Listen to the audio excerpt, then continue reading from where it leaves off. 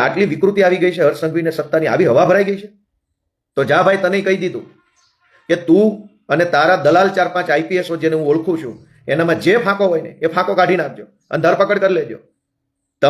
સુરત ગોપાલ ઇટાલિયાના ઘેરે પોલીસ ત્રાટકી અને ત્યાર પછી ગોપાલભાઈએ વિડીયો બનાવી અને જે ધુલાઈ કરીશ તમે સાંભળીને અંદર એલા ગોપાલભાઈ ગાંડો થઈ ગયો શું? પણ આવું શું કામ કરે છે ખબર? ગોપાલભાઈ ઈચ્છે છે કે મારી ધરપકડ થાય. જો ગોપાલભાઈની ધરપકડ અત્યારે થાય તો ઉપર સ્થાનિક સ્વરાજની ચૂંટણી છે, ગુજરાતમાં હોબાળો મચે અને એનો ફાયદો એનો લાભ આમ આદમી પાર્ટીને પૂરેપૂરો મળે. એટલે અત્યારે તો ગોપાલભાઈની ધરપકડ કોઈ કારણે કોઈ શક્ય નથી. એટલે આવો કારસો થયો તો પણ એ અત્યારે પોસિબલ નથી. અને જો એવું થાય તો એનો લાભ ગોપાલભાઈને મળે. તો હવે ગોપાલભાઈના ઘેરે પોલીસ ત્રાટકી અને પછી ગોપાલભાઈ શું બોલ્યા એ જુએ. કરું છું.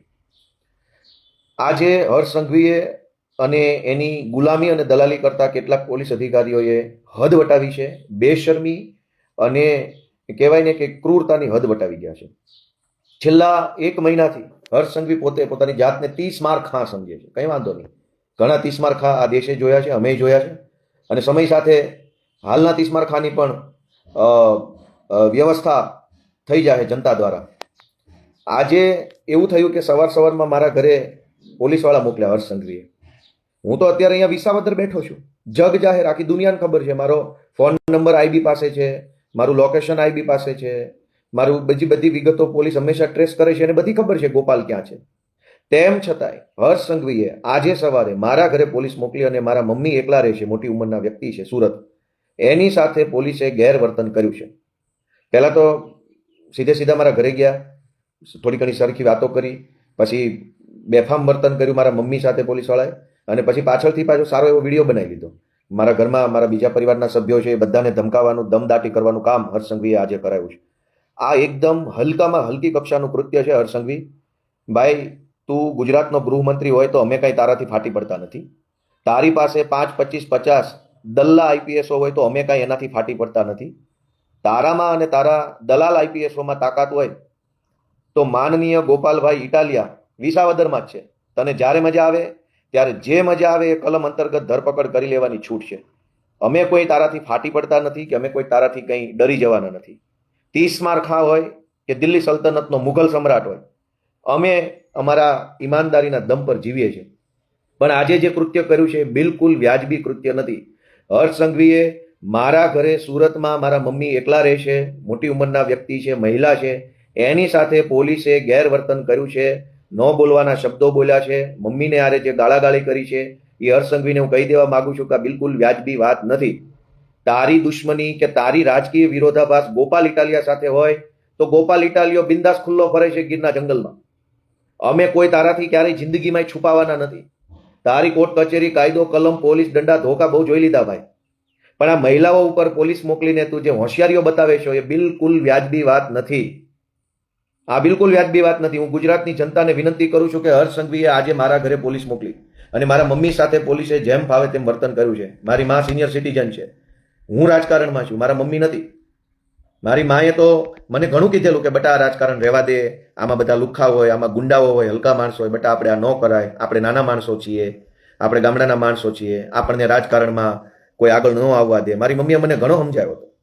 પણ મેં એવું નક્કી કરેલું કે રાજકારણમાં જો ભાજપના ગુંડાઓ જ ગુંડાઓ હોય તો હવે હું રાજકારણમાં જઈશ, આ ગુંડાઓને તે જેલમાં પુરાવાનું કામ કરીશ અને રાજકારણને બદલવાની કોશિશ કરીશ. મારી જેવો સામાન્ય પરિવારનો વ્યક્તિ, ગામડાનો નાનો માણસ, મહેનત મજૂરી કરીને ભણી ગણીને ઉપર આવેલો વ્યક્તિ વિસાવદરની જનતાના આશીર્વાદથી ધારાસભ્ય બને અને ગુજરાતની જનતાના આશીર્વાદથી આમ આદમી પાર્ટી આગળ વધે, એ વાતનો બદલો હર્ષ સંઘવી પોલીસ મોકલીને મારી મમ્મી સાથે બદલો લેશે.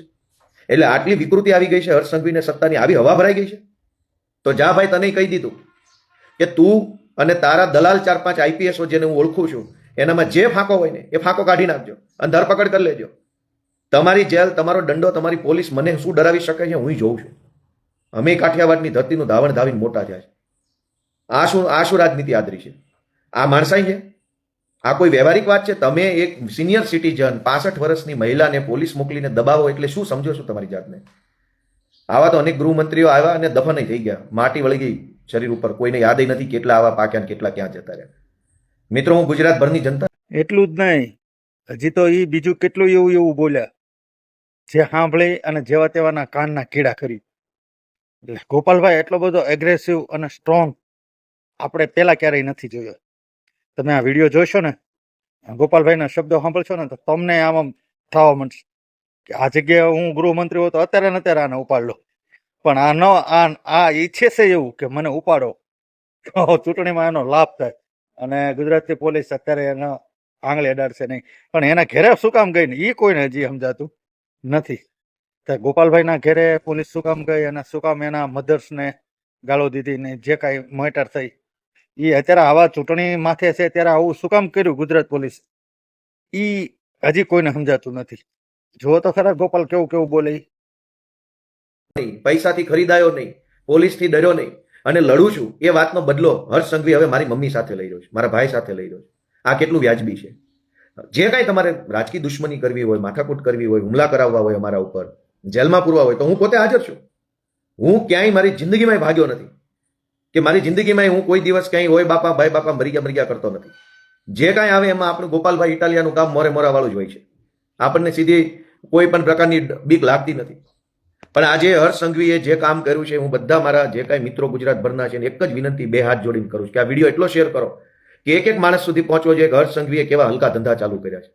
આટલી હદે વિકૃતિ ન કરવી જોઈએ ભાઈ. મને આજે બહુ દુઃખ લાગ્યું છે. મારા મમ્મી રાજનીતિમાં છે નહીં. અમારા સોસાયટીના સિક્યુરિટી ગાર્ડ સાથે પણ પોલીસે ચર્ચા કરી છે અને એને પણ પૂછું ગોપાલ ક્યાં છે, ક્યારે આવે છે, એની પત્ની શું કરે છે, બાળકો શું કરે છે. ભાઈ મને પૂછી લે ને, ફોન તારી પાસે છે, તારા ઇન્ટેલિજન્સ બ્યુરોના દલ્લા આઈપીએસઓ છે એની પાસે છે, તારા પાગિયાઓ કેટલાક એસપી છે એની પાસે બધી જ ડિટેલ છે. તું પૂછી લે ને, તારા દલ્લાઓ જે છે એને પૂછી લે કે ગોપાલના છોકરા શું કરે, બૈરા શું કરે, બધું જ અમે જાણીએ છીએ. તમારે સિક્યુરિટી ગાર્ડને ક્યાં આવી બધી ધાકધમકી કરવાની જરૂર છે? સોસાયટીનો સિક્યુરિટી ગાર્ડ છે કે મારો વ્યક્તિગત પર્સનલ માણસ નથી, એ તો સોસાયટીનો કોમન વ્યક્તિ છે. 2-5 હજાર પગાર ઉપર કોઈ ગરીબ માણસ બચારો નોકરી કરતો હશે, હું તો ઓળખતોય નથી એને કે કોણ છે, કયા ગામના છે. તમે સોસાયટીના સિક્યુરિટી ગાર્ડ અને પોલીસથી ડરાવો, મારા મમ્મીને પોલીસથી ડરાવવા નીકળ્યા એટલે શું સમજો? તમારાથી ફાટી પડીશું. તમારામાં જે મને ધરપકડ કરી લો ને કઈ વાંધો નહીં, હું આ બેઠો અહીંયા બિંદાસ વટથી બેઠો છું. તારામાં જેટલું પાણી હોય ને એટલા પાણીથી મોકલજે. તારા આઈપીએસ ડીવાયએસપી તારામાં જે કાંઈ તારા દલાલો હોય ને એની ટોળકી મોકલી દેજે અને હું એક પગલું પાછું નહીં ભરું. પણ આ બિલકુલ વ્યાજબી વાત કરી નથી. આ વસ્તુ મને બહુ ખટકી છે, મને ખૂબ દુઃખ લાગ્યું છે. હર્ષ સંઘવીએ એને ખબર છે બધી કે ગોપાલ ઇટાલિયાને પકડવો હોય તો ગોપાલ ઇટાલિયાને ટ્રેસ કરો એટલે પોલીસ આઈબી બાઈબી બધાને બધી ખબર છે. કેમ કે હું કંઈ છુપાઈને તો જીવતો નથી. રોજ સવારે કંઈક ને કંઈક જાહેર કાર્યક્રમોમાં હોઉં છું, સભામાં, મિટિંગમાં, સત્સંગમાં, ગમે ત્યાં. તેમ છતાંય તમે મારા ઘરે પોલીસ મોકલો છો અને મારા મમ્મીને ડરાવવાની કોશિશ કરો છો, ગાળાગાળી કરો છો ઘરે જઈને એક મહિલા સાથે. એટલે શું એમ તમારી જાતને શું સમજો છો તમે? અને જે દલ્લાઓ હર્ષ સંઘવીના જે દલ્લાઓ મારા ઘરે ગયા છે એની વિનંતી છે કે બહુ દલાલી કરવામાં મજા નથી. સરકારો બદલાઈ જશે ને તો મોઢું નહીં છુપાઈ શકો. મર્યાદામાં જીવો, મર્યાદામાં નોકરી કરો, મર્યાદામાં સંવિધાનની મર્યાદામાં રહીને તમારું જે કાંઈ કામ હોય એ કરો. પણ હર્ષ સંઘવીની કે ભાજપની દલાલી ન કરો. સંઘવીની સરકાર કોઈ આજીવન રહેવાની નથી. અમે મહેનત કરીએ છીએ. ગુજરાતની જનતા કાલે અમને આશીર્વાદ આપશે.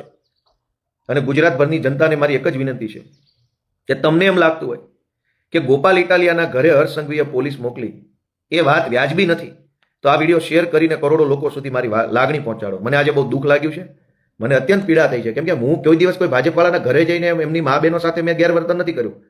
હું ભાજપવાળાને રાજકીય કટાક્ષ કરતો હોઉં, રાજકીય ટીકા ટિપ્પણી કરતો હોઉં, રાજકીય રીતે એમના ઉપર કટાક્ષ કરું, એ બધું તો કરું જ છું અને ભવિષ્યમાં કરીશ. પણ હું કોઈ ભાજપના નેતાઓના ઘરે જઈને એમના બહેનો દીકરીઓ સાથે મેં કોઈ દુર્વ્યવહાર નથી કર્યો. પણ હર્ષ સંઘવીને આજે કુબુદ્ધિ સૂજી છે કે મારા ઘરે મારી મમ્મી સાથે એની પોલીસે જઈ અને ગેરવર્તન કર્યું છે અને સિક્યુરિટી ગાર્ડને પણ આડકતરી રીતે ધમકાવવાની કોશિશ થઈ છે. મારા મમ્મીને રાજનીતિનો ર ખબર નથી.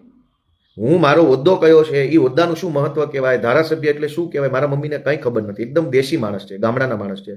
એકદમ ભગવાનનું નામ લેવું, ભગવાનના યુટ્યુબ પર વિડીયો સાંભળવા, પૂજાપાઠ કરવા, એનાથી આગળ એમને ખરેખર કઈ દુનિયામાં શું ચાલે છે ખબર નથી. એટલા ગામડાના એટલા સીધા વ્યક્તિ છે. અને તમે ન્યા જઈને તમે એને ક્યાં ગયો ગોપાલ, શું કરે છે, ઘરે આવે છે કે નહીં, કેટલા વાગે આવે, એટલે કેમ ભાઈ? તમારામાં બહુ પાણી હોય, તમે બહુ હવાવાળા હોય, તમારી માએ હૂંઠ ખાઈને જેણા હોય, સીધા મને પૂછો ને. ક્યાં વિડીયો ગમ્યો મિત્રો, શેર કરવાનું ભૂલતા નહીં. યુટ્યુબમાં જોતા હો તો સબસ્ક્રાઇબ કરી દેજો અને વિડીયોને શેર કરી દેજો. જય હિન્દ, જય માતાજી.